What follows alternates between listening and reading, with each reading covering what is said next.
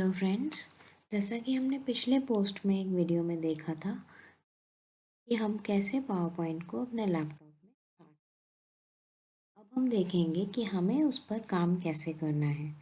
तो जब हम न्यू स्लाइड खोलते हैं तो हमें अपना प्रेजेंटेशन का स्लाइड कुछ इस तरह दिखता है, जिसमें हमें क्लिक टू ऐड टाइटल, इसके अंदर हमें टाइटल ऐड करना होता है अपनी प्रेजेंटेशन का, और नीचे क्लिक टू ऐड सबटाइटल, हम उस प्रेजेंटेशन के बारे में कुछ लिखते हैं। इस लेआउट को हम चेंज कर सकते हैं अपने अकॉर्डिंग। यहाँ पर लेआउट का बटन क्लिक करके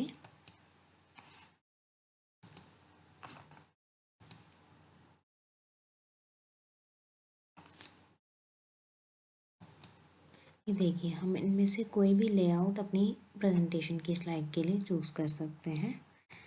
इसी तरह से हम न्यू स्लाइड यहाँ से ऐड कर देंगे। न्यू स्लाइड लिखा है, इस बटन को क्लिक करके हमारे पास न्यू स्लाइड आ जाएगी।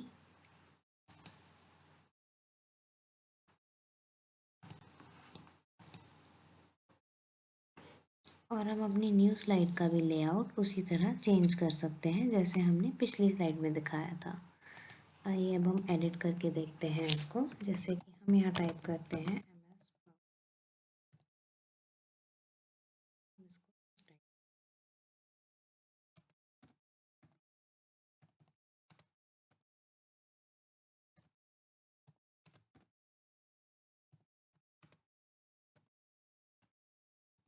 अब अगर हमें इसका फ़ॉन्ट स्टाइल चेंज करना है तो उस टेक्स्ट को सेलेक्ट करेंगे और या तो हम यहाँ से डायरेक्टली अपना फ़ॉन्ट स्टाइल चेंज कर लेंगे, या ऊपर भी हमें सेम बॉक्स दिया हुआ है, वहाँ से हम अपना फ़ॉन्ट स्टाइल और फ़ॉन्ट का साइज़ भी चेंज कर।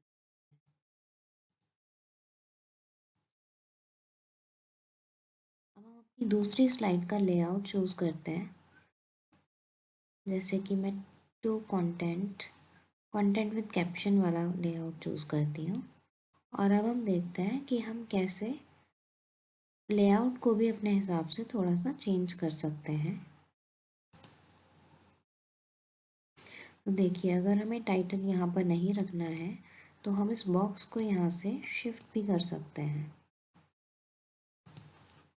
ये देखिए, हम जब इसको ऊपर लेकर जाएंगे कर्सर को,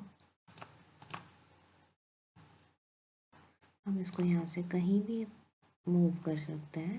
किसी भी बॉक्स को हम उसके अंदर क्लिक करके हम उसको इस तरह से मूव कर सकते हैं। और अगर हमें इसे इसके ओरिजिनल फॉर्म में वापस लाना है तो हम यहाँ रीसेट का बटन जाकर दबा सकते हैं और ये हमारे ओरिजिनल फॉर्म में हमारा लेआउट वापस आ जाएगा। अब हम देखते हैं कि जैसे हमारे पास हमारी प्रेजेंटेशन में बहुत सारी स्लाइड्स होती हैं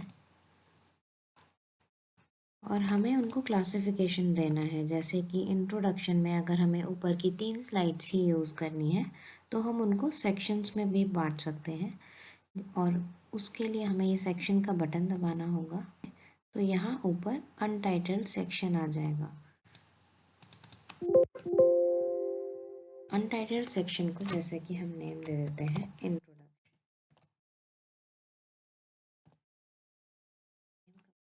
कर देंगे। उसके बाद हमें जितनी भी स्लाइड्स को इंट्रोडक्शन में रखना है हम वहाँ रखेंगे।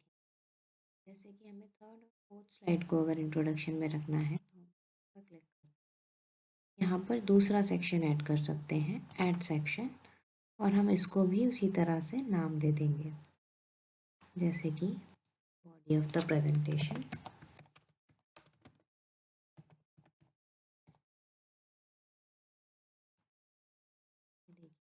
अलग अलग सेक्शंस हमें क्लासिफिकेशन में बहुत आसानी कर देते हैं। अगर हमें अपनी किसी भी स्लाइड को ऊपर नीचे करना है तब हम उस स्लाइड पर लॉन्ग प्रेस करके उसको मूव कर सकते हैं इस तरह से। इसके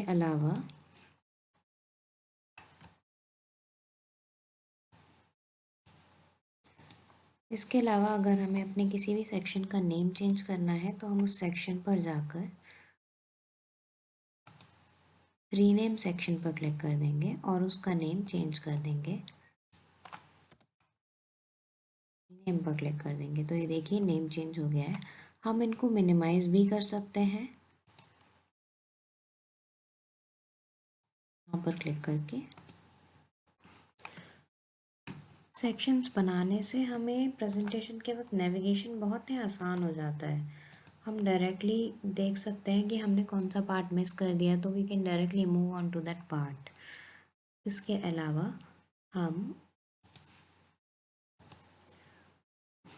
हम इसके अलावा बाकी सेक्शंस पर भी ध्यान दे सकते हैं। यहाँ सेक्शंस पर क्लिक करके हम देखेंगे remove section, remove all sections, collapse all, expand all. जैसे कि एक्सपेंड ऑल पर क्लिक करेंगे तो हमारे सारे सेक्शंस ओपन हो जाएंगे। अगर हम कोलैप्स ऑल पर करेंगे तो सारे ही सेक्शंस हमारे मिनिमाइज हो जाएंगे। इसी तरह से अब हम देखेंगे कि हम यहाँ पर क्या क्या इंसर्ट कर सकते हैं। हम यहाँ देखते हैं कि यहाँ पर हम टेबल क्रिएट कर सकते हैं, इंसर्ट टेबल। हम यहाँ number of columns, number of rows choose कर सकते हैं। अभी हमें टेबल नहीं डालना है, इसे कैंसिल कर देंगे। इसके बाद हम देखेंगे हम ग्राफ भी यहाँ ऐड कर सकते हैं। ये हमें ग्राफ ऐड करने में हेल्प करता है।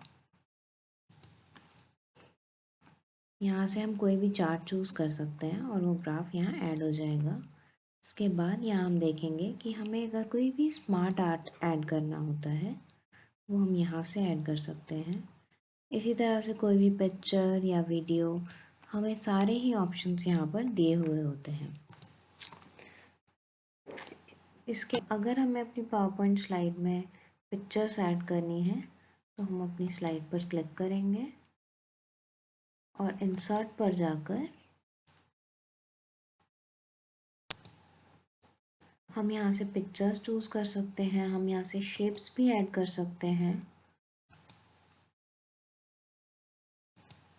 यहाँ से हम कोई भी पिक्चर अपने डिवाइस से इंसर्ट कर सकते हैं। तो हम इस तरह से अपनी पावर पॉइंट को ईजीली मैनेज कर सकते हैं। Thank you.